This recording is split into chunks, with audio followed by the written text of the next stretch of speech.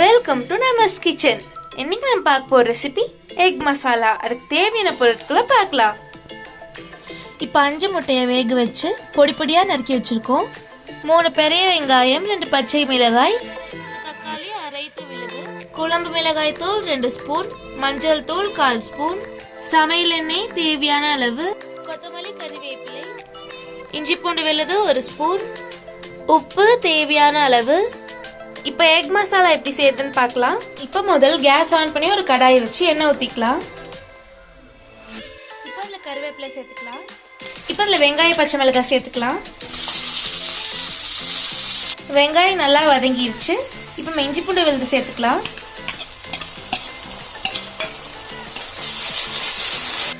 இப்போ அதில் தக்காளி விழுது சேர்த்துக்கலாம். இப்போ தேவையான அளவு உப்பு சேர்த்துக்கலாம்.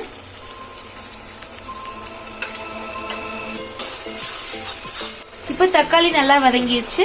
இப்போ மஞ்சள் தூள், மிளகாய் தூள் சேர்த்துக்கலாம். இப்போ எண்ணெய் நல்லா பிரிஞ்சு வந்துருச்சு. இந்த டைம்ல முட்டை சேர்த்துக்கலாம்.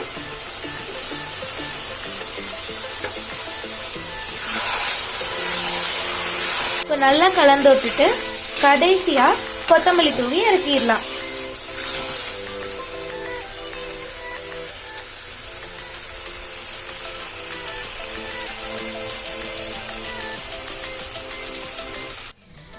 இப்போ நம்மளோட சுவையான எக் மசாலா ரெடி ஆயிடுச்சு.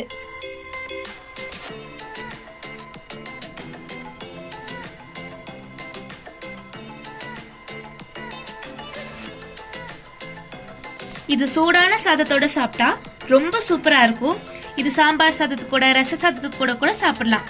இந்த ரெசிபியை கண்டிப்பா உங்க வீட்ல ட்ரை பண்ணி பாருங்க. இந்த ரெசிபி வீடியோ உங்களுக்கு பிடிச்சிருந்தா லைக் பண்ணுங்க, ஷேர் பண்ணுங்க, கமெண்ட் பண்ணுங்க. மறக்காம நமஸ் கிச்சன் சேனலை சப்ஸ்கிரைப் பண்ணுங்க. அதோட பெல் பட்டனையும் கிளிக் பண்ணுங்க.